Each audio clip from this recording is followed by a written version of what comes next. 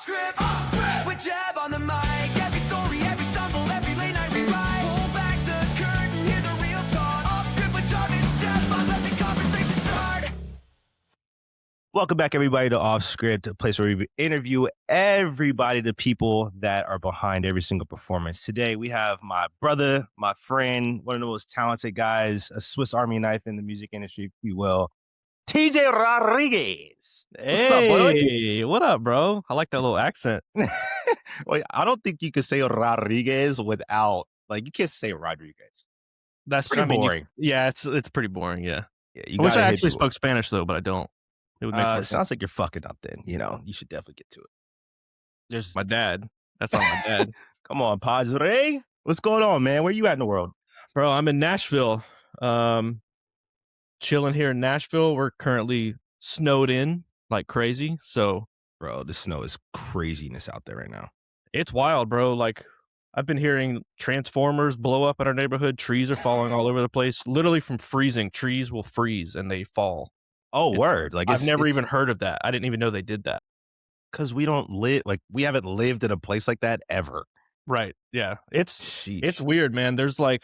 I think there's like 400,000 or 500,000 people without power right now. Yeah, it's crazy. Bro, I mean, that's so luckily we've brutal. maintained power where I'm at by the grace of God.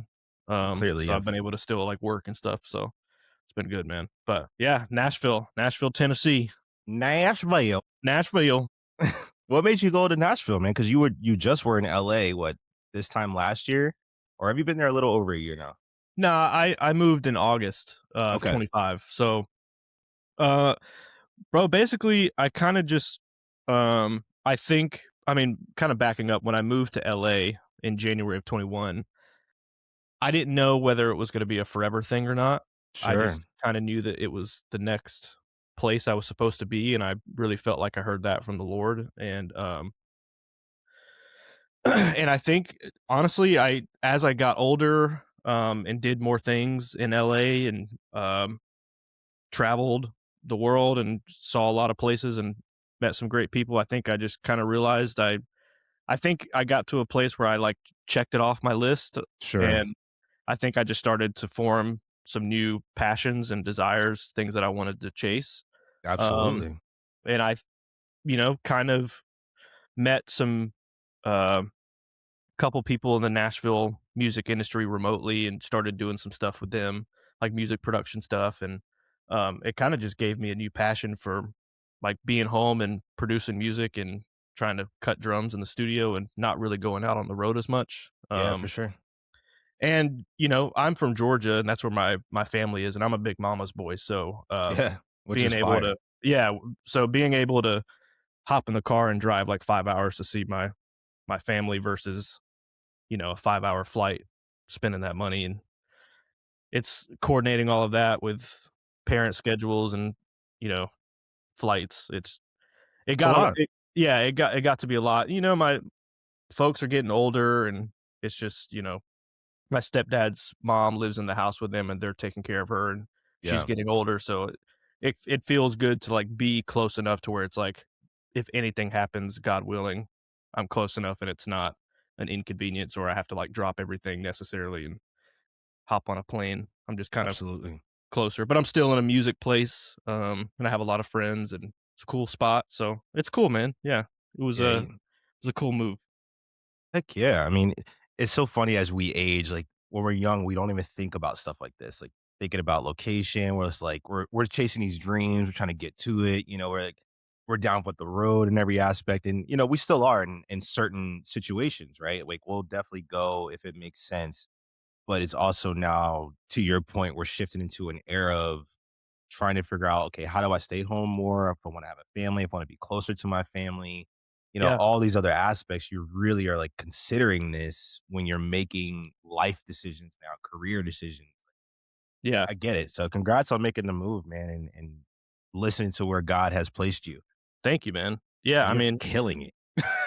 I'm trying, man. I mean, honestly, the top of the year, Christmas gets crazy, and then top of the year, January gets extremely slow. I'm sure you know. Yeah, we're home. So January, I've just been sitting around, like texting people like, "Hey man, what can I do to help?" And everybody's Yeah. like, "All right, got nothing really going on right now." It's like, "All right, well, I'm just gonna sit around and I guess make music for myself."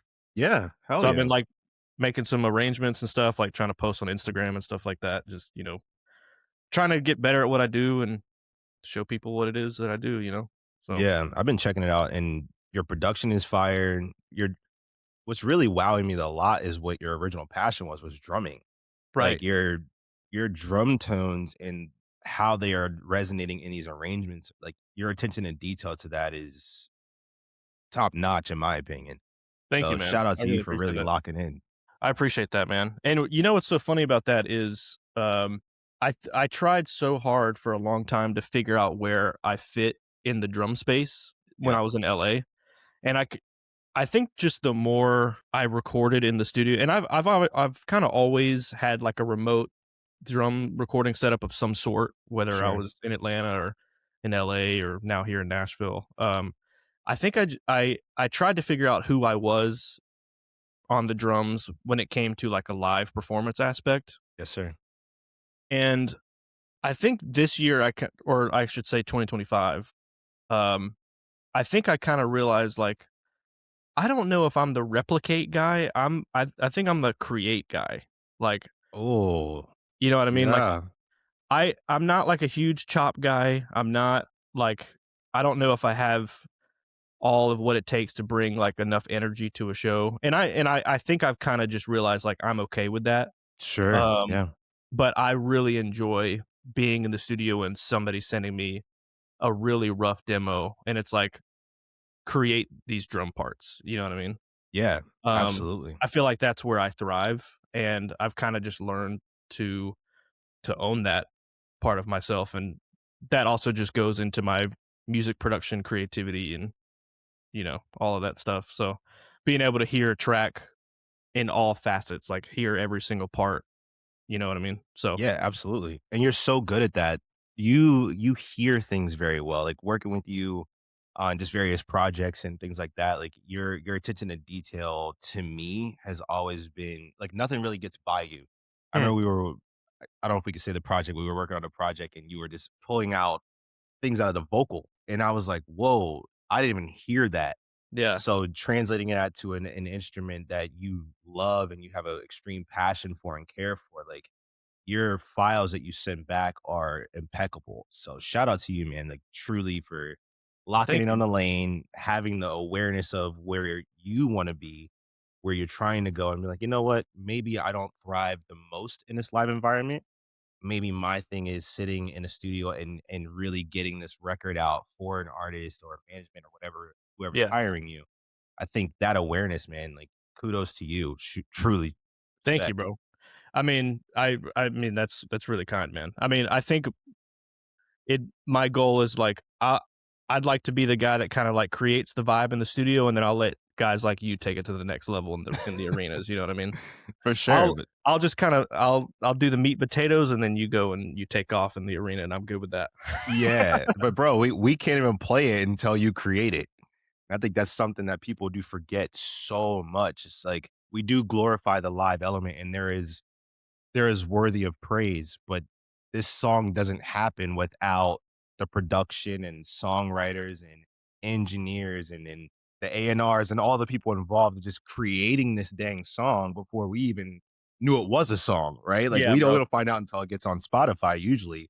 Yeah, So shout out yeah, to you, man. same. Like I'm so pumped for you, and you're such a I call you the Swiss Army knife. Like even when talk to DJ and Edwin, and Mhm. for those listening, these are really really close friends and prominent musical directors in the game right now. But I always refer to you as a Swiss Army knife, man. The guy can play. He's a phenomenal playback engineer, great producer. Like you're the easiest call when things need to happen. So Thank you, I'm bro. just honored to even know you. Wow, that's way too kind. It's honest though. I appreciate it, man. Of I've course. I try, and I always want to try to spread that any sort of knowledge that I got. I want to spread it to people who are hungry enough for it. You know what I mean? I never want to, Absolutely. and we've talked about this. Like I never want to gatekeep anything. Like we need more people who care about music because we got to keep this thing going. You know what I mean?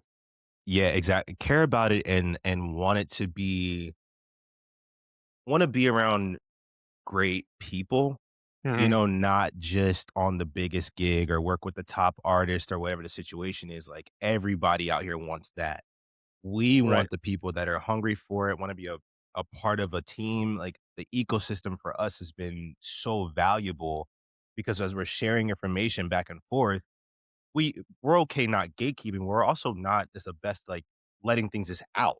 A Right. lot of those attention and details that we've accumulated over the years, we don't want to just release that because that also what makes us special. It's what makes us dependable. Right. And we're down to your point to give it out and help, but you got to be a part of the team aspect, not the I aspect. Yeah. I mean, yeah, there's the balance between, you know, being open to giving information, but also being aware of who is getting that information because I think a lot of times with the internet now, it's so easy to just get any sort of information at a split second that, Sure. when like when we were growing up learning stuff, it was like we didn't have I mean, the internet was still like a pretty big thing when I was young. I'm not like old, but it wasn't as easy to like learn chops and learn rudiments and Yeah. learn Yep. technology, learn how to like use Ableton or Pro Tools or whatever. Like it wasn't that easy. It wasn't just like you could pull up a YouTube video or like DM anybody and ask, you know what I mean? But Yeah. now people have it so easy. They have so much access to people and resources that I think sometimes um, people lack the work ethic to learn how to do something. So when you actually put them on the spot, they don't know how to like problem solve because they've just been spoon fed everything. You know what I mean?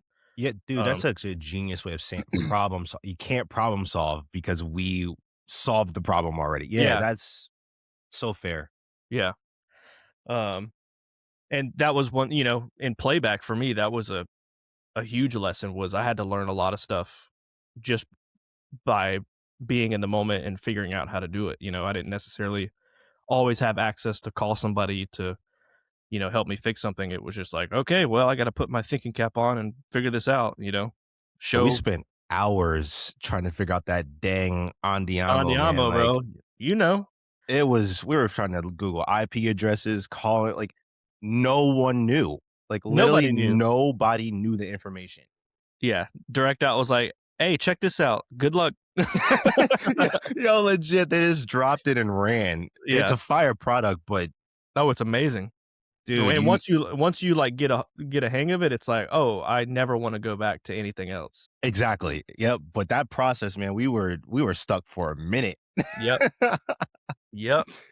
Alright, so for the Good people that who times. don't know exactly where like your pathway, where did you start? Because drums, from my understanding, was your beginning, Hmm. right? Like, and you've done insane things on drums. Like, I've watched videos and not even knew it was you playing the drums, and I look back, I was like, "Wait a minute, is this my homie on these?" Yeah. Yeah. Bro, it's funny, man. Yeah. So I grew up in church. I mean, since I was a young kid. Been playing drums since I was 3.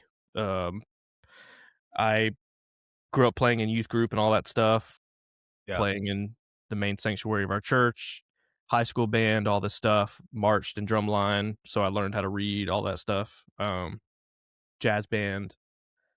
But I think where I really got my start was when I graduated high school, I moved to Atlanta, from Dublin, which is where I grew up, a small town in Georgia, Sure.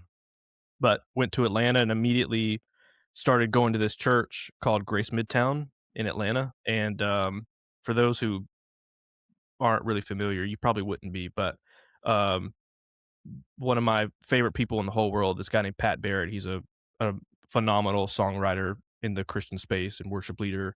Um, but he was the worship pastor of that church and had been for a long time. And that church formed a group called House Fires and then kind of did a lot of stuff with them at the church and then played some tour dates with House Fires and played on an album with them years ago. And then fast forward a little bit more, some of the people that created House Fires formed this group Maverick City Music. Um so that yeah, so that led to right before COVID I played on a recording with them in a small studio in Atlanta, and that kinda got broken up into, like, 2 albums. Because the way we did it was they sent us a bunch of songs. We kinda showed up and did, like, a live worship night kinda deal, and they filmed it. Okay. And those I mean, you have, like, the bare bones of the songs, like, drop boxes of, like, somebody on a piano and a vocal or whatever, but we're kinda, like, arranging the songs the day of, and then a lot of it just turns into, like, flow, like, we're just flowing. So those songs Yeah, will be so long, so they have to, like, spread them out over, like, multiple tracks and then multiple albums, you know what I mean? So, um, that's what that kind of vibe was, and then, um, I did that, and some of the Maverick City stuff that I did got some really good traction during COVID, and they released some music at a really good time during COVID, and the stuff they released was, I mean, even for me, I was like, "Man, this is" like, I played on a song called Promises, yeah. and, Everybody knows that record. yeah, Jeez, I mean, it's an amazing song, man. Like, it really is, it's so powerful. And when they released that during COVID, I think it was a nice, like, breath of fresh air, like, for something to just be a reminder, you know? for sure. Because I know a lot of people had it really hard during COVID, so, Absolutely. yeah. Still recovering. A lot of people are. Yeah, absolutely. So, um, that was cool, and, that kinda gave me a little more, I guess, like, notoriety, you would say, in, like, the Christian space a little bit, like Christian and gospel, and, um, when COVID hit, Um, I think I just was like, "Man, I really love playing drums. I've been doing this church thing for a long time. I kinda wanna try something different," you know? Met my good friend Edwin Carranza, who you know, and who I lived Legend. with. Yeah, who I lived with in LA the whole time I was there. Met him during COVID playing Call of Duty, which is hilarious. Crazy, man. Yeah, crazy story. I've met so many dope people on Call of Duty, bro. Like, you'd be so surprised. Like, so many people. Gotta get on Call of Duty. If that's how networking's happening now, Bro, Call of Duty it for is. real though, man, like, especially during COVID, that was, like, that's how you kept up with people, and that's how you, like, Yeah, met people, because it was just like, "Oh, whoever's MD is gonna hop on with us tonight," and it's like, "Okay, great." You know get what I it. mean? We're literally just playing Call of Duty, networking and vibing, whatever. Like, Yeah, it was cool, man. But, yeah, I met Edwin playing Call of Duty, and, you know, he kind of was a big, um a big turning point in my life. He really saw potential in me, um and he was basically like, "Dude, you should just come move out to LA. You know, I've got a house and we've got an extra room you can stay in, and I'll, you know, charge you some rent that will be a little bit cheaper than what you'd pay in LA." I was like, "Sign me up." sure. So I moved to Yeah, LA during COVID, and, you know, when I moved, there wasn't a lot going on, but he kind of took that time to kind of train me up a bit and put me on to a bunch of his homies and, like, shows he had been working on, and absolutely. even like the playback stuff, just getting an idea of what it's gonna be like being in this environment, Yep, um, which was awesome for me. And, you know, being around him, he's so like, I mean, if you know Edwin, you just know, like, he expects excellence all the time. that's the Um, standard. Yep, yeah, that's the standard, and, it really pushed me because being in the church world, and you would know this, it's easy to get comfortable in the church world because you're extended so much grace, which is beautiful. But anybody that I've met that has worked in the church space in any capacity, when they go into the real world, like into the pop world, they yep. suffer because they're like, there is no grace. Nope. You know what I mean? Maybe with, like, your homies, like, they'll pull you aside and be like, "Hey, man, like, I understand, but you got to Yeah, you gotta get tighten up. yeah, you got to tighten up," and that's what it is. And if you don't, like, no hard feeling, we got to get somebody else. Um, and I've been through that. Um, yeah, we all have. So, um, like, being able to learn under Edwin and see, you know, how to work in those environments, and slowly, as COVID started to let up in LA, like, get into small jobs and kind of get my feet wet, and that's when I really started to learn the playback side of stuff. I I was pretty good in Ableton at the time. Like, when I moved, I'd never really considered myself a playback engineer. Sure. It was one of those things, like, I'd set up worship sessions for churches in Atlanta, you know what I mean? Like 2, Yeah, 3 songs. I knew my way around stems and stuff like that, but I would never consider myself a playback engineer, but I kind of, between Edwin and I, we both started to see a need of playback, you know, uh, in LA when COVID opened back up, um, and a lot of session building and, you know, remote online performances and things like that. So, Yep. um, learning that stuff, kind of slowly easing back in was great for me. And it kind of turned me on to a new passion. And that was like being the playback guy. It, Yeah. it was, it allowed me to be creative, but also work with my hands and work technically, which I love both of those things. Yes, sir. Especially working with Edwin, he empowered me a lot to create, you know what I mean? It Yeah. wasn't just like, "Here's the stems, drop it in." A lot of times, like, him and I would sit in the studio, you know, for hours in the middle of the night, like, we would do arrangements ourselves, and we'd sit there, and I would program drums, and he'd do bass, and we would, like, go through Splice, or we'd, like, get on a keyboard or, like, whatever, we'd have somebody come over and record a guitar, and it's just like, "Let's just flesh out these arrangements ourselves," you know what I mean? Yeah. Um so um that was a big, you know, I don't know what the word would be, influence for me.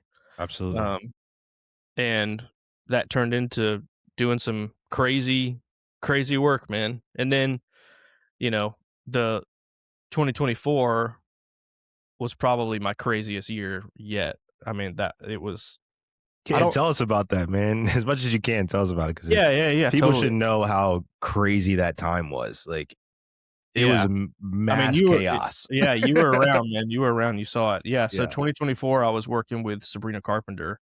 I had, I had got on that gig. It was like the fall of 2023. The first thing I did with her was we opened for Taylor Swift for the Eras tour. It was some international stuff, South America, Australia, Stadiums, by the way, stadiums, yeah, yeah. which is Crazy insane. stadiums, yeah. Yeah, that was insane. Yeah, I started that into 2023 and then into 2024 doing the Eras tour, opening for T Swift, and then, that turned into Sabrina doing Coachella, VMAs that year, and Mhm. then, she dropped her song Espresso, and then it was just like, Game on. Yep. yeah, it was just overnight, it just shifted.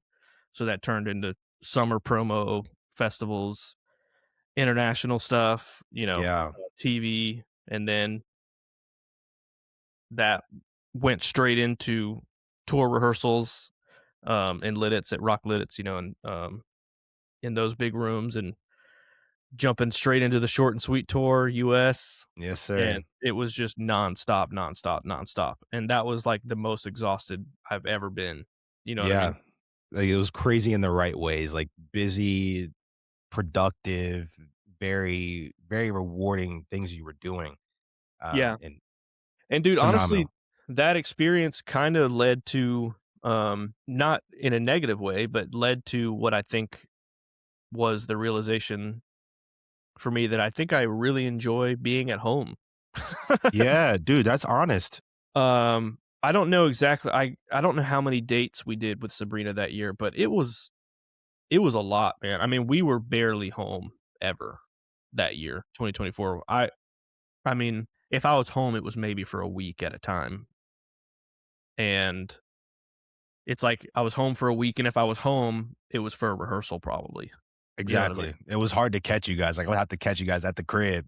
Yeah, and Like, it then we're was working, like, we're arranging or building yep. sessions, like, whatever you know what I mean, preparing for the next thing. So, um, and that's the side of, like, the LA pop industry that not a lot of people get to see, Sure. and it seems I mean, it's awesome, don't get me wrong, but people forget the negative sides of it. I mean, bro, between Edwin and I mean, Edwin even worse than me, but, like, we didn't sleep.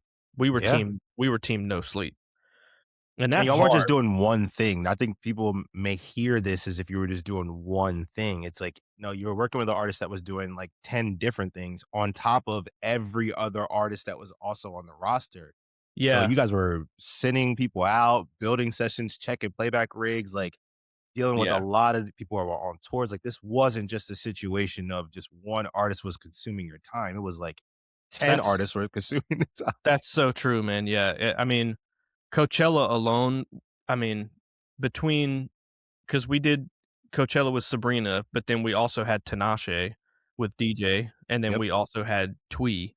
So, yep, and we're bouncing between all 3 of these rehearsals at one time, yep. um, building these sessions, arranging all these songs. I mean, bro, it was like when we got to the end of Coachella, it literally was like I think we probably slept like, we didn't come out of our rooms for, like, 3 days, bro. It was literally just, like, crashed. Yeah, it's which is fair though. Like, you were running you had 2 shows in one day, if I remember correctly. Mhm. Like, yeah, you were running playback for multiple things, and it wasn't just like, guys, Coachella is a massive deal. This isn't just like a bar gig, and no knock to anybody doing bar gigs, but the stakes are very high. That's the point. It's like, It's this is very live high. stream. Artists are really depending on this platform to help elevate maybe their tour or their promo or pushing. Like, there's a lot of high stakes at this type of a festival. So that Well, yeah, it's like responsibility, anybody who's important is at Coachella, like, that's just what it 100%, is. You know what I mean? Um, 100%. yeah. I mean, yeah, Coachella was crazy, bro. And then for that to only be in the first quarter of the year, and then we still had the rest of the year, Yeah, and that was the easiest part. which is wild, right? Yeah. Oh, man, that was just like a taste. That was just a little taste test for the rest of the Pre-game. year. Yeah, exactly. But shout out Oh, to man. Edwin and DJ for just doing what they do, man. And you just, I don't think people understand how important people like you are. You know, Mm, because you don't get the notoriety of someone who, like myself, I'm sitting on the stage, right? People see me on the stage, but you're behind the scenes. That's really the glue.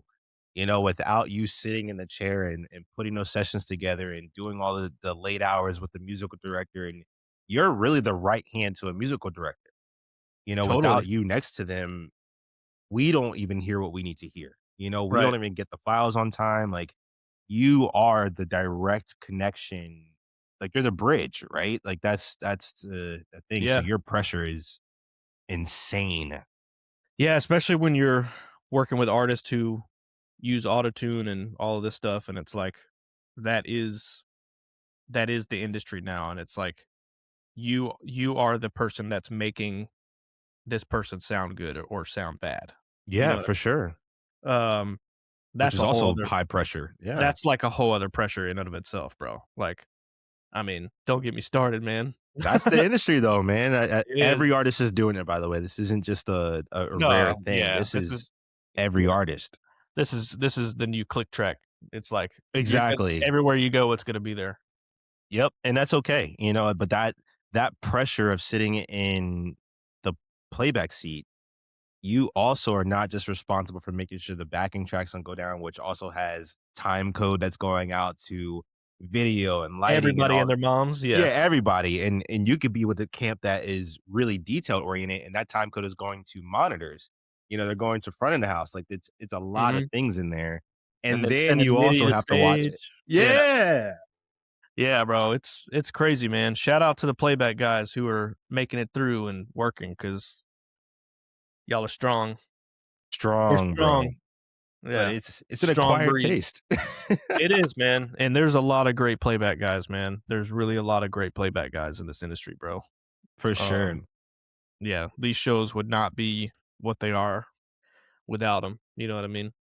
Absolutely. It's a pretty thankless job from a crowd's perspective. I think when you get a good playback engineer, and everybody in the room knows that how phenomenal they are though. So, Yeah. you know, you get your flowers now publicly from me for sure for being so rock solid. You've helped me a lot in the playback world.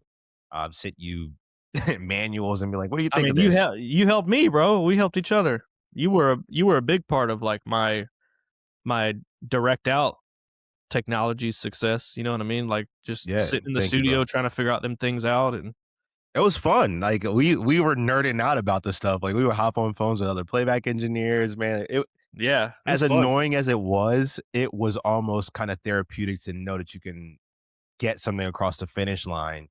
And then when we hop into rooms and shit hits the fan, neither one of us panic. We're just Right. like, okay, this is We've fine. been through this.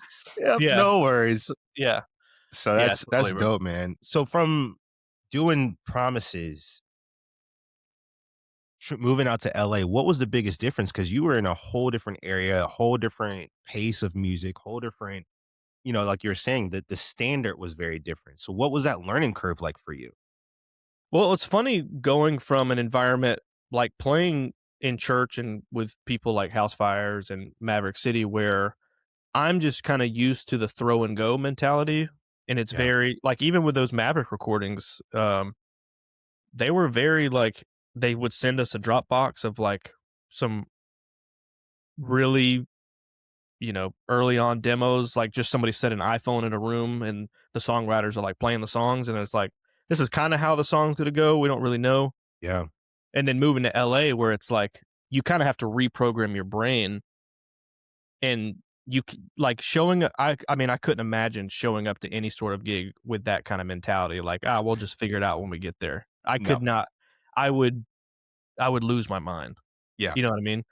But when I first got there, that was a little bit of my mentality. I didn't have the sense of urgency that I have now. Sure.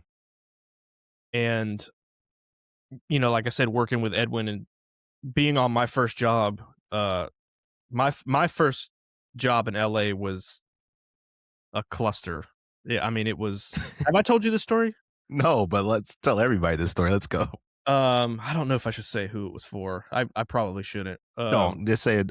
Working Yeah, with an artist. yeah, working with an artist first. My first big time LA gig, and I was Edwin was hired to do an arrangement for this like music. It was like a live music video kind of deal Okay. during COVID, and they were going to film live with the track that Edwin arranged, and he brought me in to record the person's vocals. And basically, what was going to happen was they'd get there that morning, we'd record the vocals, comp it, tune it, whatever, and then put it over the track. And then you could go and mix it later, but it just needs to be listenable. Sure. And at the time, I'm telling Edwin like, "Oh, bro, I'm sweet." Like at the time, I was yeah, yeah. At the time, I Yeah. was I was using Pro Tools a bunch, so especially for recording. Mhm. So I was like, "Oh yeah, bro, I'm sweet. Like that sounds easy. I do that stuff all the time." Um, and then of course, once I get there, um, I have never worked in an environment like that with an artist who just is used to like recording so fast. Um, Yes. and I thought I was sweet in Pro Tools, but I quickly found out that I was not sweet. Yeah. Yeah. Yeah. Um, and recording their vocals, it just the process was so slow. I was making mistakes, and then like it was so slow. The producer, like the show producer, would come up and be like, "Hey, are you guys done yet?" And we're Oh still like no. listening to takes, like trying to get a comp, and they're like, "No, that's not the right one. No, not that. Okay, take that word." And I'm like, "Oh God!" Like it's one of those typical like now to me that's like second nature. Like I could Yes, it's normal. it Yeah. doesn't worry it. I'm not worried about it. But then, oh, bro, it crushed me. It's Uh, stress. so stressful. And then uh once we got the comp together, they were like, "Okay, yeah, let's get this thing mixed real quick and then have a bounce ready." I was like, "Wait, what?" Like I didn't have any sort of idea of like using EQ and compression and reverb like on the spot. I didn't have like a template. Right. I I wasn't a mix guy. I was just, you know what I mean? I just thought I was like pretty cool at recording in Pro Tools and it just turned out to be like the worst day of my life. Um And funny enough, Edwin ended up Edwin ended up getting fired from that gig because of me, because Oh of that. no. But he eventually got called back for the gig a couple For years later. sure. Um, but it was back. I mean, we still laugh about it to this day. He's like, bro, Yeah. that he was like, you needed to experience that because that is an easy day in LA pop world. I was like, gosh. Yep. I was like, all right, I got to step up my game then. So I immediately started like learning how to get faster in Pro Tools and Ableton, like just learning more shortcuts and really diving into mixing and learning EQ and compression, like, and really what it sounds like, and, um, getting creative with vocal effects. And Sure. so next time I got into an environment where it's like, all right, I got to record somebody's vocal and I got to get a comp together, I'm not, you know, You're cruising. yeah, I'm cruising. I'm not looking like an idiot. So, Which is um, normal in your seat, though. Like, it that is. playback chair is so because you're recording at this level that we're doing it, or we're talking about, you're recording the band, and I mean the full band, every single keyboard, every single guitar, every single drum, Mhm. every vocal. You're getting these files, and you have to keep them organized, and if there's ever a moment where they're like, "We need to hear this," you have to have a Gotta be able to just system. pull it Yeah, out. Yeah. I mean, nobody has time to wait.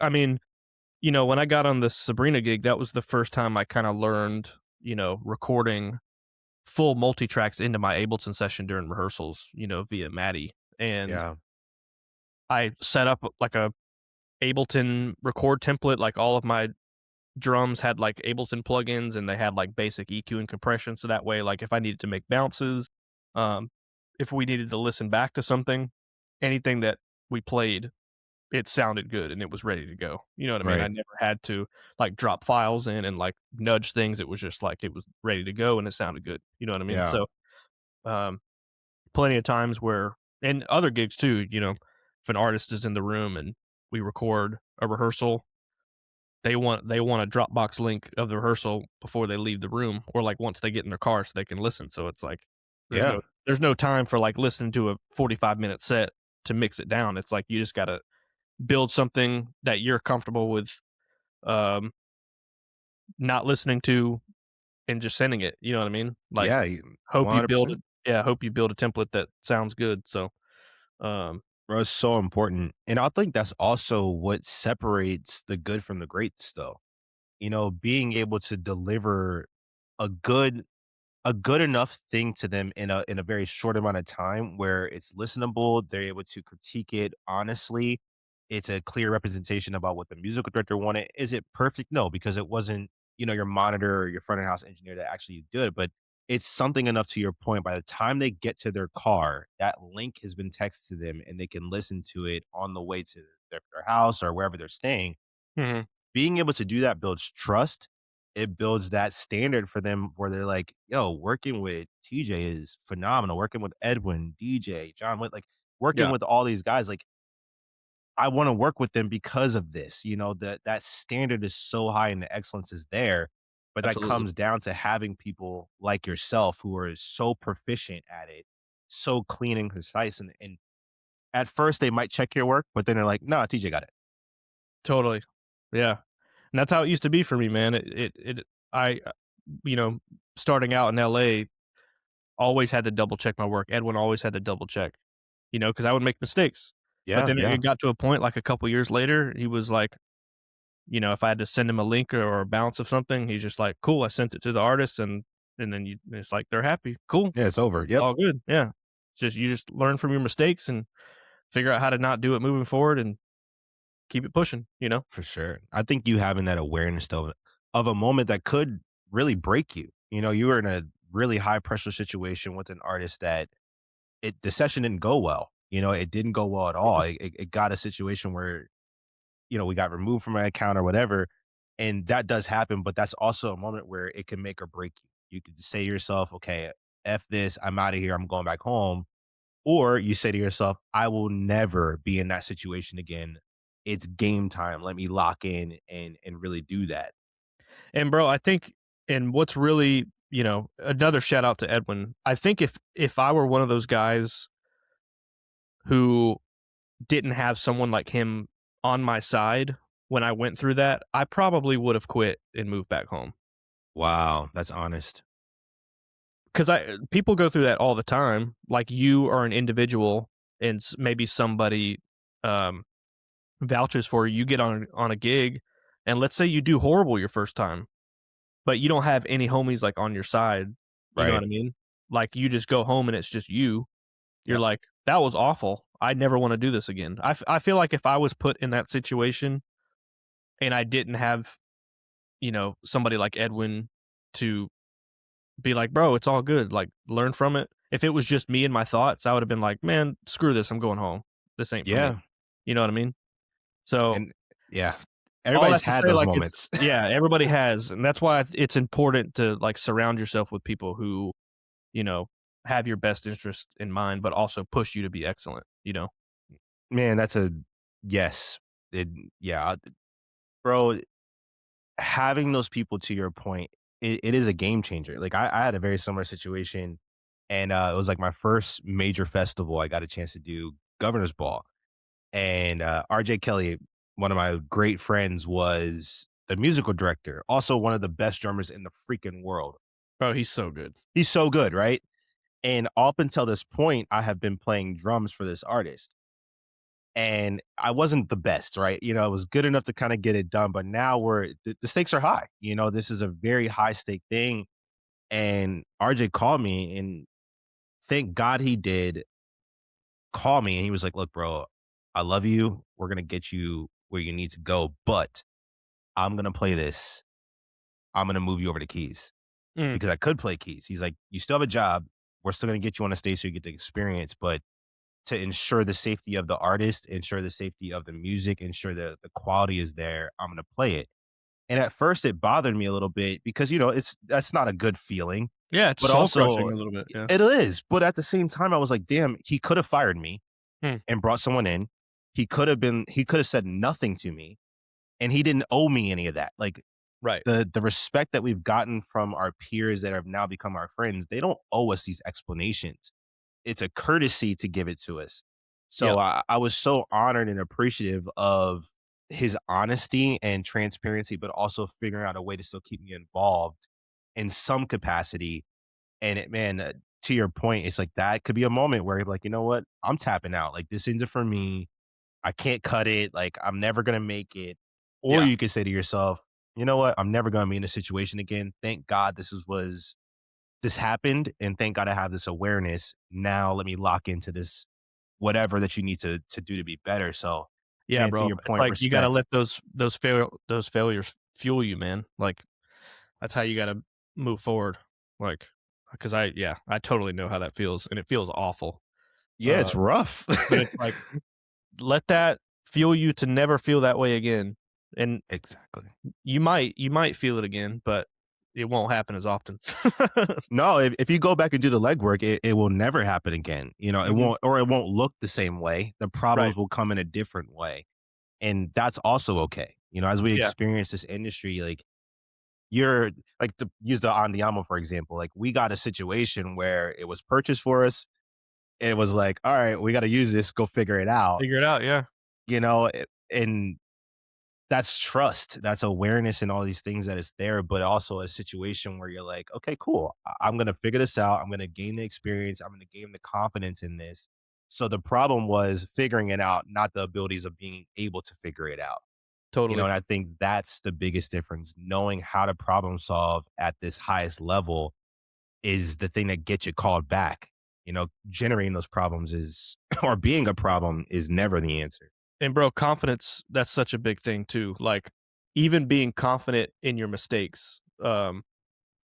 Not and what I mean by that is like when you're making mistakes and you don't really necessarily know like what to do.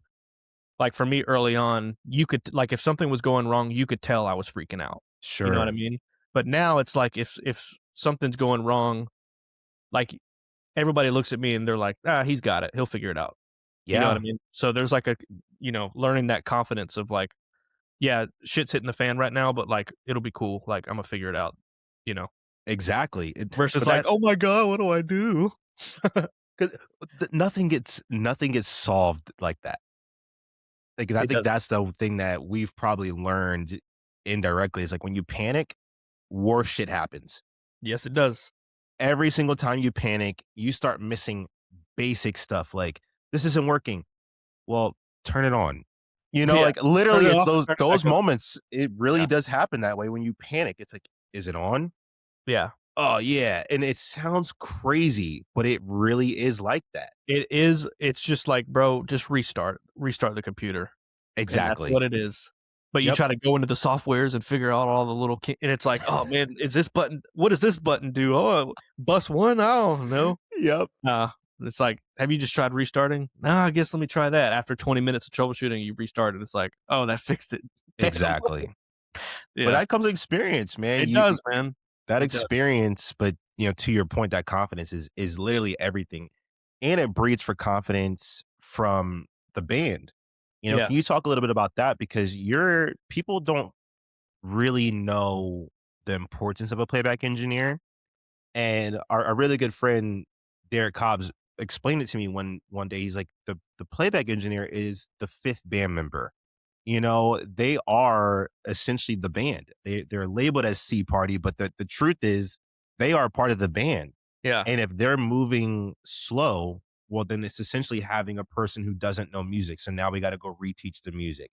It's equivalent. So can you speak a little bit about generating that confidence, having the trust and things like that? Like, how did you develop that? What types of things were you doing? What types of, how did you make that the truth? Because if I see your name as a playback engineer on the email, I'm like, oh shit, we good. Like, Yeah. it's a kuna matata for me. Yeah. I mean, honestly, man, it really helps, um, being like you said, it really helps being a musician. Um, I think the best I think the best playback guys are musicians themselves because running tracks, I mean, you're you're running stems, but it's music. Like you have to be able to make musical decisions. Yeah. It's not always about, you know, uh like key commands and knowing what sample rate stuff has to be at and how to work a play audio. I mean, the technical stuff is always extremely helpful, but at the end of the day, like the MD isn't always going to be the person that's going to be, making musical edits. Like sometimes like they're across the room and you have to be able to like just make edits that are musical. It's not just like flying stems around. Like you have to do musical things. Right. Um and I think for me, having a musical background, especially a drum background, um it just it made it a lot easier for me, especially in environments where, when I was with Sabrina, I loved working with the homie Chris Johnson, one of the best drummers Legend. in the whole world. Facts. Yeah, one of the best in the business, bro. That is a fact. But for me, like being a drummer, um, I gained a lot of respect for Chris, like obviously watching him play every night, but he also gained a huge trust for me because he knew, when it came to things like triggers and if he had any sort of technical issues on stage, like I had his back and I could unmute the triggers in the box like before you would even think about it. You know what I mean? Yeah, for sure. Um, and just having those kind of instincts but honestly, like for me, like thinking as a musician, it's like I'm not just listening to playback, like I'm listening to everything and I'm being aware of everything that's happening. You know what I mean? I'm not just focused Yeah. on like what are my stems doing. It's like I have to listen to everything. And it's like, oh, the guitar just went out, unmute. You know what I mean? Things like Yeah. that. Yeah. Yeah. Yeah. Um, You're really almost like assistant MDing without the title, totally. because Yeah. you have to actually listen to everything. Because to your point, if something goes south, a key go down, or maybe you have an artist that's playing on stage and their piano goes out, and you gotta save it. Hmm. You having that awareness and not checking out of the performance, bro, that breeds that trust, man. Yeah. And like being able to loop stuff on the fly, like that kind of stuff. Even 2025, the gig that I was on with Camila Cabello, we did a lot of looping and a lot of things where I'd have to like bring stems in and out based on the moment. And it's like it really was there was two band members on stage, but I was also like a band member in Yeah. that sense. You know what I mean? Like I was bringing tracks in and bringing them out, and I was like looping things, and it Yeah. really you have to have musical knowledge to understand. Like, is this a 4 bar loop? Is this an 8 bar loop? You know what I mean? But if you don't have like much musical knowledge, somebody's gonna be like, "Hey, let's loop this part," and you're gonna be like, "What part?" Yeah, what you talking about? Yeah, You know for what I mean? sure. Yeah, so I think, yeah, it's important to have musical knowledge, I think, to be a really good, excellent playback engineer that MDs would trust, you know? Yeah, I agree. I think to your like you said, everybody that I know that's a phenomenal playback engineer also plays in some capacity. Yeah. You know, they may not be most world renowned, but they can play. You know, they can grab a guitar and play it. They could sit behind a keyboard. They could play it. They could play They at least drums. have those little instincts and they know, like, what it's supposed to sound like, you know? And that goes the same way for, like, monitor guys and front of house guys. Like, the best ones are musicians and they know how the instrument is supposed to sound, you know? That's such a good That's point. why I think drummers make the best, like, front of house engineers because it's like, if your drums aren't smacking, nothing else like, the show's not smacking. Nothing else is about to smack. That's a fact. It's not. 'Cause keys in guitar, like, as long as the tones are good, you could put those in the PA and it's like, "Okay, cool." You can't Right. just put drum mics in the PA with no EQ, nothing. You know what I mean? Crazy work. So, like, my favorite front of house engineers are always, like, drummers, or they have a huge respect for drums and they know how to get drum sounds, you know what I mean? So, um, anyway, No, that's a I tangent. agree, man. That I think that's so important for people to just recognize is that having that trust, understanding the standard is important. So for people who want to dive into playback, how do they get started in something like that? Because you had a very interesting path, and that's not something most people are going to be able to duplicate. Mhm. Is there a pathway or some type of thing that you would suggest for people to start on? Bro, honestly, I think um, a great way to get started is in church, honestly, Okay, especially nowadays. Excuse me. So many people, so many churches are using tracks more than ever. And even, I would say, even if you're not a Christian, there are resources to, uh, like multitracks.com where you could like buy, I mean, they're not like LA pop arrangements, but sure. on multitracks.com, you can get all kinds of songs fully stemmed out with clicks and slates. And you can like practice like seeing what those stems looked like. And, um, you could even get resources like Ableton playback templates from there Yeah, and stuff like that. So you can kind of see what it looks like to build out an Ableton session with stems. You know what I mean? Like if you've never done it before and you have like maybe a little bit of understanding of Ableton, like there are resources where you could see like, okay, this is how I can organize stems for like a simple, let's start with 2 or 3 songs. You know sure. what I mean? Like establishing your own template and seeing how you can organize stems and how Yep, other people label them and different things like this. Like this is all important. You know what I mean? Um, absolutely. so for me, that was the best place for me to start was in church, and I got so much practice doing it. It started building just sessions for different churches and um, working with different MDs in churches where it's like, okay, this church wants their set built this way. This MD wants their set built this way. So you kind of learn communication with MDs and how to adapt your workflow to fit other people's needs, which is a huge thing in playback in general. You know what I mean? Yeah, It's not talk about always. that, bro, because you've worked with a wide variety of musical directors in different capacities, from award shows, like every aspect. You are dealing with different people, different styles, different approaches, different needs.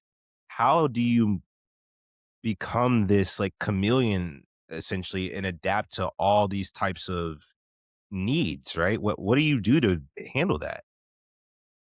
Honestly, a big thing for me, man, is I do my research. Um, I like to, for example, if I'm getting a session that I've never seen before, I try to advocate that I get it as soon as possible. Sure. Because if I get a session the day before rehearsal and I get it the night before, I'm not sleeping that night. It's Right. what's happening. I don't want to walk in and pretend like I'm this confident guy. Open the session for the first time. I'm like, all right, let's get it, and then I'm just swift. No, I'm doing my research. Like I'm opening the session. I'm like learning everything that's in it. You know what I mean? Yeah, bro. Like I want to show up the next day. I'm gonna be tired, but I'm gonna have my coffee, and I'm gonna know my way around the session. You know what Yes, I mean? sir. Um, so that's a big thing for me. Is just doing my research and that it's not always the case that you get stuff in a timely manner, and I've definitely had that happen before. Most of the time you don't. Yeah, most of the time you don't, and a lot of times you'll get something that's like, "Oh, man, this looks like a 5-year-old built this."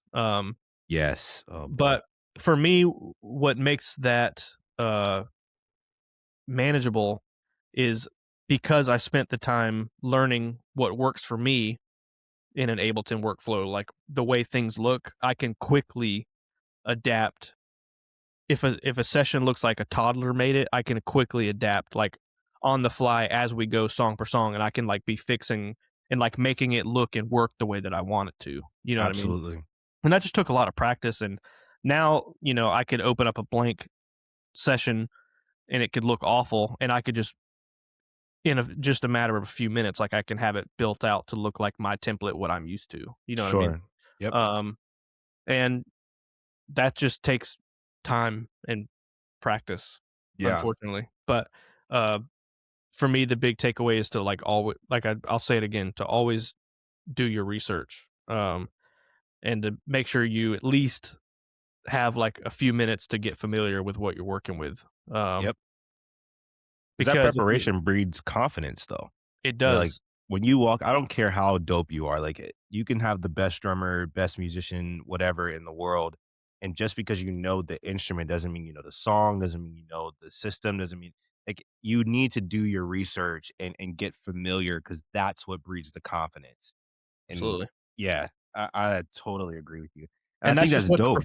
that's just what the professional musician or engineer is going to do, Oh, is put that in the time, word. you know? Yes, bro.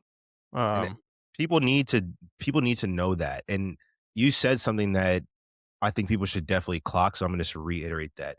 If you would have gotten that session late at night, you automatically knew you weren't sleeping. Like that's because you said yes. And I think people forget that aspect of it. Like they'll say yes to certain things, but then they'll have all these caveats. Well, I got it this way. I got it. Yeah, we don't care, bro. Like you said yes. So Yeah. let's be able to do the job. 'Cause the thing is, if you wanna be that guy that's, like, just making excuses, the MD or whoever hired you is quickly gonna be like, "Oh, well, I'm just gonna call this guy because I know he can handle it." You know what I mean? Exactly. Um, so it's like enough with the excuses, you know, you had time to learn it, to do your own research in the session or whatever, like, it's up to Yeah, you how you wanna handle that, you know? So for me, it's like, if I can I'm a naturally anxious person, so I like to over prepare. I'm with you. Yep. Um, and even, somebody like Edwin or DJ, like, they'll clown me because I take that way too serious. Like, something will be so low pressure, but I just make it hot, like the highest pressure in my Yeah, brain. because you care. Yeah, because I care, and then I'll get there and it's like, "Oh, this is smooth sailing, like, why was I tripping?" You know what I Right. mean? But I think I'd rather have that quality than not have it, you know what I mean? Because most of us aren't the the prodigy. You know, most of us aren't that person that can really just walk in and it just kinda goes right. Like, our Right. friends are like that, but that I'm not that way. Like, I No, need same. time. You Yeah. know, I need a little bit of time, prep work, and learning we're in a system that is very last minute, right? Like we're in a system that you can get an arrangement day of, if you're lucky, on the fly. Like you might be listening to it as the playback engineer is dropping it into the session. They're mixing it. Like I've learned that I'm not always going to get the preparation that I would like. So creating a system that still breeds for confidence. So when they're like, all right, let's run, you're moving. So you're also doing that. You're color coding things the way you want to. You're moving stems around the way you want to, relabeling markers if you need to. Like Mhm. you're making sure that that confidence, even if you got it 5 minutes ago, that if somebody's like, "Hey, we got to go 2 bars before the second pre," you know exactly where that is, even if you never heard it. Yep. You're like, "I know where that is. We're moving." Yep. Absolutely, bro. I mean, bro, section markers, man. It's a game changer. It's a game changer, man. And I recently, uh I guess in the last like year or so. You've seen it, but I've switched to like my color coded section markers. So now, like if I'm zoomed Yeah. out in my session, like it used to just be all my section markers were like my MIDI channel markers were all like one color. Yeah, yeah, yeah. I think I saw it in like a YS session or something, and I never really paid it much mind. But then it kind of dawned on me. I was like, that actually makes so much sense to have Dude, like your verse one color, your pre one color, your hook a different color. So it's like even if you're zoomed out, you can't really read what it says. You know what section it's on just by looking at it. You know what I mean? Uh, absolute I do the same thing with slates, like, all my slates match that marker, yeah. Oh, like, that's smart. I haven't done that. That's because smart. if I'm looking for a pre, it's like, well, that is the color for blue, so I'm just looking for a blue slate, that's what I'm looking Interesting. for. Interesting. It's like a little cheat code. But you're saying something to me that is kind of brings to one of my questions that you're sitting in a seat, you're able to observe without necessarily the pressure of performing, right? So what is something that like what makes someone quietly unhireable, right? Because that's a reality in our world, and there's a lot of people that are going to be listening to this that want to be hireable. They want to be dependable. They want to be in your seat and my seat, be desired by other MDs, artists, etc. What are some things or a thing that you notice that maybe you've seen someone one time, but then you don't see them again? What are these types of things that you experienced? Yeah, I would say probably the biggest as a playback guy would be not knowing the show. Mm, And because you're the playback guy, you're the person that's firing all the songs.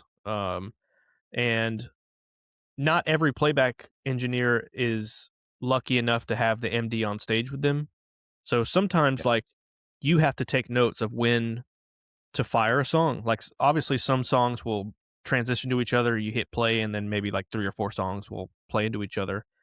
sure, But if you're a playback guy who's not aware of what's happening in the room and you weren't taking notes, like when the artist said, like, when I say this, that's when I want it to go. Um, you could ruin the quality of the show just by making it awkward or not run smooth. yeah, Um, you could be the most technical engineer in the world, and your stuff is mixed really well, but when it comes down to the show, it's like it's awkward and it's not smooth. Like that's right, on you. You know what I yeah. mean?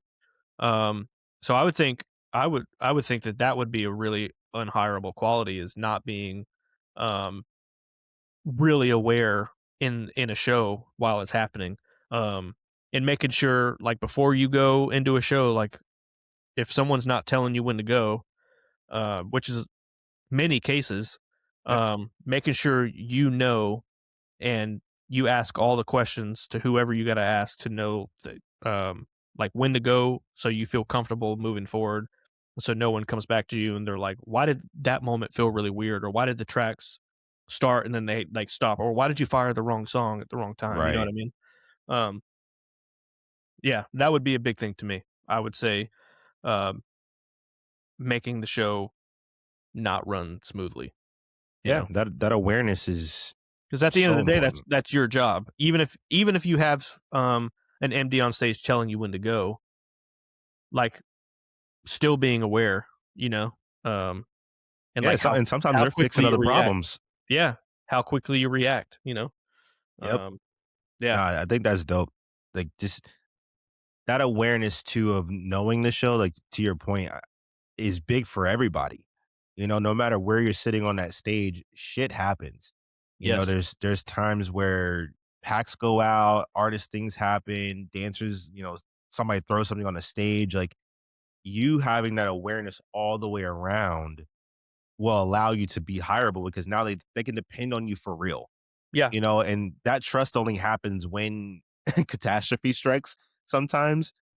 I mean, But dude, I've been in scenarios where, like, if an MD is supposed to be on stage, like, something happened last minute and they can't make the show or whatever, yeah, and I've been relying on somebody call and go the whole time, um but thank God I was aware and took notes of like when things were happening. So like when that happened and it's on me now, yep, we're cool. You yep, know what I mean? Um, yeah, it's back to that research idea, like doing whatever it takes to be prepared. And that goes into everything, but especially as a playback guy, running the show when it's game time, like making sure that the audience has the best experience. You know what I mean? Like you're another musician, like, but you're the one that's saying, like, the song starts now. You know For what I mean? sure. And being calculated and making sure you are comfortable and know when it's supposed to happen. You know what I mean? Absolutely. Can you talk a little bit about your communication style? Because you sit in a chair that has to communicate with everyone. Mhm. Like that's band members usually only talk to band members. Like we might have a little dialogue with dancers from here and there, but like outside of our monitor engineer, we ain't really yapping to anybody else. Right. You have to talk to lighting, video, monitors, front of the house, music directors, band, artists, dancers. Like you're talking to every aspect of this show. And we all have different personalities, right? We like video team is a certain type of personality. Pyro, there's a certain type of personality. Oh, and I'm a yapper too, bro. I'll be cracking jokes. I'm not even gonna lie. Sometimes Uh, people will be like, "Bro, shut up." but it keeps it fun in those It does, man. crazy ass environments, man. But can you talk a bit about that? Like, how do you approach that? What are you looking for? Do you take a step back at first and be like, okay, let me figure out the personality types and then whatever? Like, how do you approach that? Yeah, I mean, very often, especially if I'm going into a new camp, I'm very silent and fly on the wall and kind of figure out what everybody wants to hear during a Yeah, show. Because one thing for sure is I'm a playback guy who's all even if everybody has set lists on stage, I'm calling the songs for sure. everybody. Um, and people find that really helpful because sometimes Yes. or as a musician, like for me, like if I was a musician or even like a lighting person or front of house guy, like hearing like having an audible cue is like, okay, from the playback guy, this is where we're going. Everyone's like, okay, cool. Yep. We're good. We're all on the same page. Um, but I yeah, I like to be I'm kind of like an over communicator. Um, and I do that because I've gotten I wouldn't say in trouble, but it's bit me in the ass a couple times where I didn't communicate enough, and I Sure. and that probably just was because I got lazy or comfortable and I stopped communicating things. But I kind of learned that I'd rather overshare information Yep. than not say enough. Yeah, I don't know. I mean, I like to in rehearsal kind of pull people aside in different departments, and I kind of like to go to people and be like, you know, what can I do that's going to make your job easier? Yeah. Um, you know, and it goes back to that idea of research again. I mean, I'm a huge proponent of that, like your prep work. You know what I mean? Yep. Um, You're almost so researching the person. You know, you're trying to get to know them and learning their names. You yep, know, that's a big thing. People like don't just say monitors. Like sometimes saying a person name is it goes a long way. it does, man. And when I was doing Sabrina's show, there was a lot of moments where I had to communicate with a lot of different people. And basically, like what it was my mic went to basically everybody, and it Okay. went to the anybody who had a shout speaker, anybody who had a radio. My mic went there, so I tried not to talk as much as I could. I only talked, when I needed to. Yeah, when you need it, Um, sure. but there would be moments where, excuse me, where I would have to like talk to the video director, and we'd have to uh, like let's say she would call somebody out in the crowd. And there's this one bit that we would do um where she would like highlight somebody in the crowd, and the video and lighting, they would put on these like sirens, Okay. and I would send like a siren sound from playback, and then they would do like police siren lights. Got it. Okay. And we basically like had that moment in the show, and it kind of turned into a bit. But like being able to communicate, like learning who the video person was, it's like, okay, this person, like, stand by, she does the thing and I say go, and then it's like, you know what I mean? Like over communicating, Yeah, those kind of things. Uh, absolutely. yeah. That's dope, man. People should definitely take note of that. That communication is so important, especially in this world, man. Like it's people are depending on knowing what's going on, and you over communicating is great because you're not ever assuming someone gets it. You Totally. know, when you make that assumption, that's when mayhem happens, and then people are looking around like, "What's going on?" And ultimately, they're gonna look at you or the musical director who brings you in, and that's also not a good situation to be in. Totally.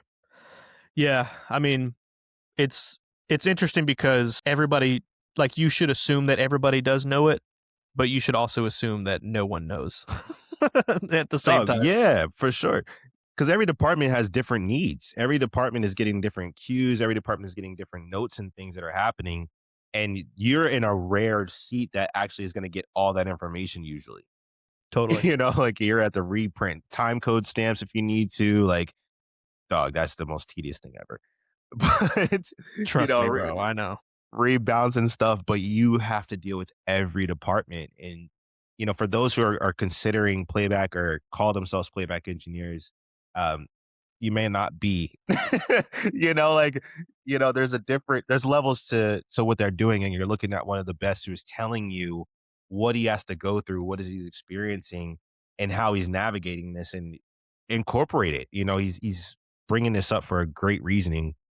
Yeah. And dude, I just appreciate your wealth of knowledge so much. Thank you, man. Yeah. I mean, I've learned a lot, bro. I mean, even, there's so many tedious things as a playback guy that you do behind the scenes that, when rehearsal's done, you still have things to do. You got to print references, you got to send out time code. And I just, for me, that stuff, on paper isn't that fun, but I would figure out how to make it fun. Like, Okay. I got to get so good at like playing Call of Duty and then doing that stuff at the same time. That's Like, ridiculous. and it's That's like, I mean, it's funny, but like we'd literally go home from rehearsal and it's like, okay, I got to print 25 time code bounces. oh my Well, it's god. like, well, while Ableton's like bouncing, I'm gonna play Call of I'm gonna play Call of Duty right now. You know what I mean? And then it's like, I'm gonna listen for the next thing. Cool, bounce. Yep. Shoot, cool, bounce. You know what I mean? But also like being confident in, my template and making sure I have stuff routed correctly. I know it's gonna be right. You know what I mean? So Right. Your there's not this. preparation before was very different. Yeah. Yeah. Whereas like 5 years ago it would have been a lot different. Every time code bounce would have been horrific. Bro, it's so tedious, man. But they have the right guy for it, man. So now you're in Nashville. You're doing a lot more drums, a lot more production in that realm. So Yeah. what's next for you, man? Like I'm always in your corner, and excited and always eager to support what you have going on, man. So what's next for you? Thank you, bro. Means a lot. Man, I've been doing a lot of writing. So I've been actually linking up with some dope artists. Like lyrics, Mhm. lyrics and bro. lyrics and production. See, Yeah. So I've been I've kind of gained a new passion for it. And, I've kind of just seen I have some friends that are in the writing space here in Nashville and yeah, they're really successful. Uh and that's like where the money's at, bro. word, The residual income. yep, Um, and I've always kind of had a knack for writing. I just didn't do it as much, but I think now being on that production side of things, in the studio, but also creating like hook lines, and top lines, like the stuff that yeah, is like singable, that stuff's exciting to me. And just linking with artists on the front end and meeting new people and yep, um, you know, just being on a different side of the industry. It's cool to me, man. It's a new exciting little endeavor for me. yeah. Um, You look excited about it. You look Thank you, bro. like you're enjoying it, and I I I love I that. am, man. Like I've got this one artist that I'm working with right now. She lives up in New Jersey, and uh, me and a buddy of mine, we kind of wrote this song idea and pitched it to her, and she loved it. And we got on Zoom and like rewrote a bunch of the lyrics and you know Wow.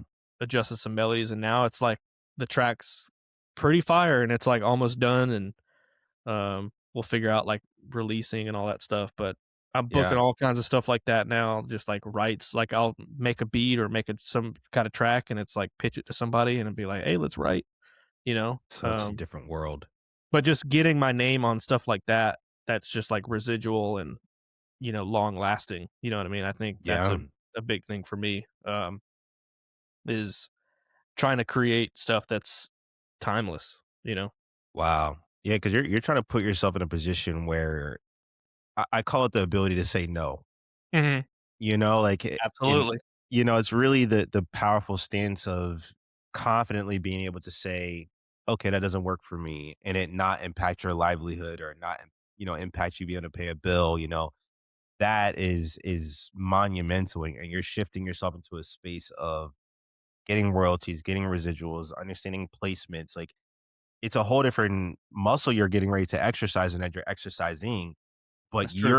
you're understanding the long game of how to navigate this and where you're trying to go. Yeah. And dude, respect, I know nothing about that world. Like It's an nothing about it. interesting world, man, and I didn't really know much about it either, but I kinda quickly kinda threw myself into it, and I really enjoy it. Um Yeah. Did you just reach out to people and try to get, Mhm. that okay, respect. This girl I'm writing with that's in New Jersey, I literally followed her on TikTok, like, a year ago because she popped up, and I was like, "Dang, this girl's dope." Okay. Um, and then this was before I lived in Nashville, but then I got here and I'm like, "Man, I've been connecting with different writers because Nashville's a huge writer, like, so many writers, bro. Like, you go Yeah, to a coffee shop and there's at least 5 writers in there. for sure. And just being around it and kinda seeing the benefits of it and how cool it is, I'm like, "Man, this would be kinda cool to get into." So I, like, reached out to this girl and, was like I sent her the track idea that I had and was like, "Yo, we should write," not thinking she would respond, Yeah, and she exactly. did, you know what I mean? And, so now we're, like, almost done with this song, and I think it's gonna be pretty fire. It's, like, kind of an R&B pop kinda vibe. Come on, R&B. Yeah, man. So, just trying to do more of that stuff, man, like, write, produce some cool tracks, record some drums, you know? Yeah, you're in a phenomenal place to do it. So many records gets cut there. Yeah, Like totally. there is that's kind of like the thing in Nashville. Everybody's like a recording artist, in a way, and a lot of session musicians. So Yeah. you're in a dope spot, man. I'm beyond pumped and proud of you. Like Thank you, man. That you've means a lot. taken well, and it's deserving. It's not just because you're my brother, but you taking leaps of faith in multiple avenues and trusting your abilities, trusting God, trusting that you have a deeper purpose in what you're trying to accomplish, and then just being like, "F it, I'm gonna figure it out." Yeah. That takes a lot of confidence and trust in your faith and also your own abilities, man. So flowers.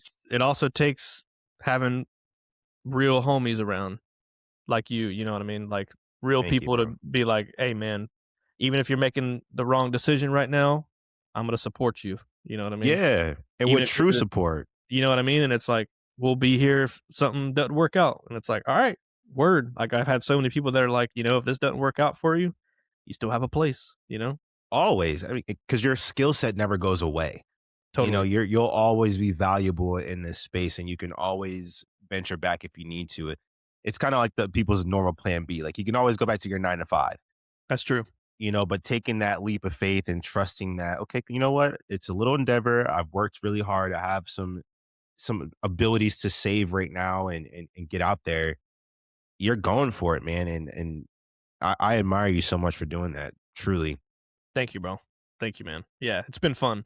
I'm really looking forward to what's next. It's kind of a slower season right now, trying to navigate what it is I want to do, but I think it's going to pay off. I'm still doing a lot of stuff with Edwin remotely, which is great. Yeah, of Prepping sessions and some arrangements and all that kind of stuff. And course. um, but yeah, I'm just really excited and eager to see what's next because you know I feel like I've been lucky and blessed. Like anything I've set out to do, like God's always had my side, and I've kind of always found my way and was able to find success, and find people around me to empower me and lift me up. So that's Yeah, where I man. that's where I'm at now is I've gained a lot of brotherhoods and a lot of friendships and just people that are like, man, you're good at what you do. Like I'm here to support you and whatever you need. I Absolutely. feel extremely blessed to have like so many dope people in my corner. Yeah, So you're a gem, man. You're definitely a needle in a haystack and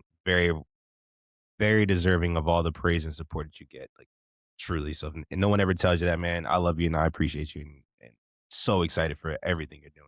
I appreciate that, man. That means a All lot. right, so I want to play a little rapid fire if you're down with this, lighten the mood of all this sentimental nonsense that we just All spew to right. each other. Got a little weird in here. Sorry. Got a little weird. It's all good. Got a little weird. But no, this is gonna be so simple. There are no wrong answers. I'm just gonna judge you in front of your face. Cool.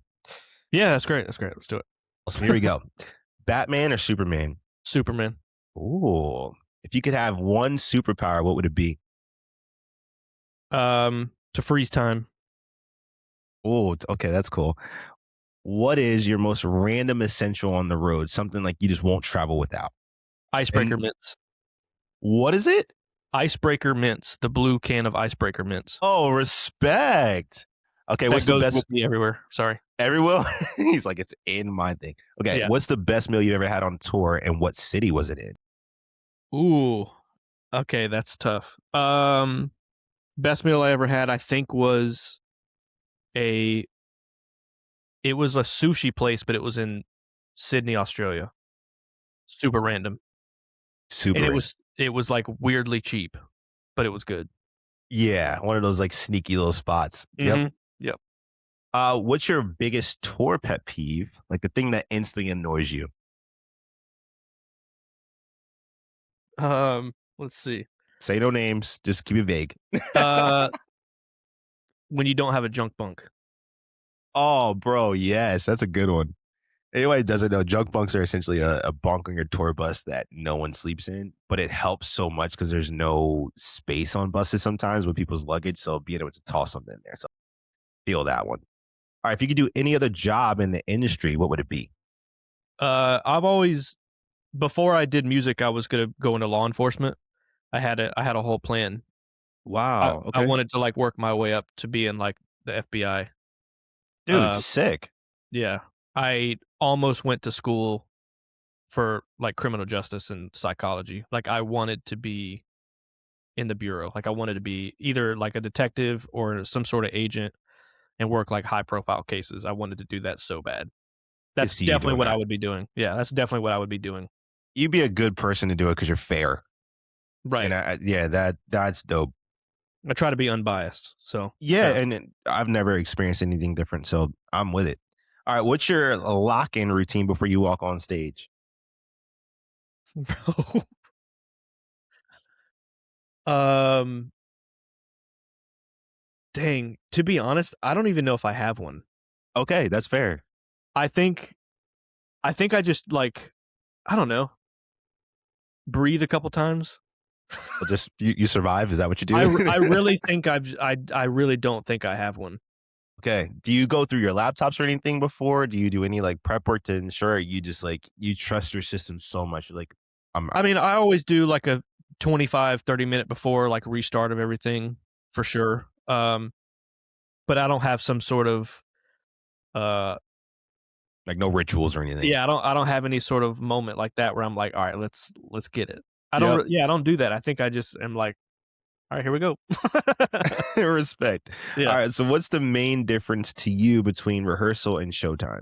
I would say the main difference is there's more people in the room, but without that factor, it should be the same at some Yep. point.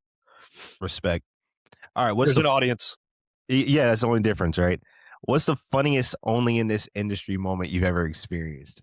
This might take a time. Funniest? That's a good question. This Um, is like a little tricky one. yeah, I'm trying to think. I feel like I've had so many of those. Or craziest only in this industry. It doesn't have to be the funniest. I mean, I would say one that was crazy for me was I forgot to hook up my one of my computers to a charger right before a show, and it died like right before the show. Like one of my computers, yeah. And it might have been one of them that had like tune on it, and I was like, of course this would happen right now. Oh no. I mean, luckily you have like 25 laptops on stage. That's true. Yeah, I got like 800 laptops in my backpack at all times. Yeah. Absolutely. All right. Last question. If you can give any new musician this like one cheat code or just like word of advice or, whatever advice, what would it be? Man, If I had to give one, You can give plenty. I'm sure people would love to hear any yeah, advice you want to give. I would say to really be aware of the people that came before you, um, and learn the things that they did right and learn the things that they did wrong, um, and let that kind of enhance how you find your own way. I don't know. Does Yeah, that make no, sense? respect. No, it does, and 100% this makes sense. Um, might be a little cheesy, but I think that's really important to Yeah. like really respect and you know dig up the people that like. That's a weird way to say that. You know what I mean? Just like look into the people that do what you do. You know what I mean? Yeah. That were the greats. Like study them. Yep. You know what I mean? It's Like important. don't just learn the music. Like you should be transcribing these people. You know, Yeah. They're trying the to find. blueprint. Yeah, they really are, man. Like they're they're the reason that music is still going. That live music is still happening, and you're just the next person in line. Learn what they did that made it awesome, and learn what they did that maybe didn't make it awesome all the time, and be Yeah. like, okay, I know not to do that. Right. Yeah. Yep. I don't No. know. Yeah, No, I think that's a great one. I think it's Study. yeah, I think it's just important to study, man. Like the people that came before you. It's like so important. Everybody who's great always says that. Yeah. I don't know anyone out there that are like, just wing it. No, Yep. they're always like, go study, go really dissect not just the people that are of your time, go back a decade, two, three, and really start diving into what they did, why they did what they were doing, how they approach feel, like placement, Mhm. what did they not do that made it feel a certain kind of way? I mean, Those yeah, things. absolutely. Like everybody who's a great had somebody that they looked up to. Everybody. Yep. You know what I mean? You're never Completely gonna agree. find yeah, you're never gonna find somebody who was a legend or a great that didn't have somebody that they were like, "Oh, you think I'm good? No, check out this person. Right. Yep. This is the reason why I am who I am." You know what I mean? Yes, sir. Well, TJ, man, I do appreciate your time today, man. I hope everything is going amazing for you. I'm excited for everything you're doing. Where can people find you, follow you? And of course, we're going to put everything in the description and everything like that as well. But Yeah. for people who may be listening, where can they get in contact with you if they want to hire you to do anything or just, whatever? Give us some. Absolutely. Yeah, so, all of my social media stuff is the same now. It's, TJ Rodriguez Music. I'm mostly on Instagram. You can always shoot me a DM there or, if you need session builds or you're looking for a producer or some remote drums, you can always shoot me an email and it's tj@allmusicproduction.com. That's a good place to hit my email. I'm down for anything and everything and, I'm willing to work with budgets. I'm not going to be that guy that's like, I charge this and only this. Right. I like to, you know, work with anybody and everybody, wherever you're at. So I'm not one of those guys that's gonna say no just because it doesn't meet some sort of financial standard that I have. Because I don't know. I think there's something to um there's something to be learned about kind of humbling yourself a little bit, and especially when you have the time to do stuff. It's like, ah, man, just even if it's $75 to cut drums on a song, it's like, man, that's $75 I didn't have before. You know what I mean? Whatever. Exactly. And I wasn't doing anything else. Yeah. I was I just could gonna knock watch this The out. Office or something, like, "Let me just knock this out. Exactly. Take me an hour." You know what I mean? So, 100%. No, that's yeah, dope. Everybody should definitely follow TJ and everything he's doing. It's worthy of just being a part of his ecosystem, a part of his journey. You will not be disappointed. One of the coolest, dependable cats out there. TJ, thanks so much for coming on. Jarvis, appreciate you, bro. Thanks for having me. My guy. My guy. Off script with Jeff.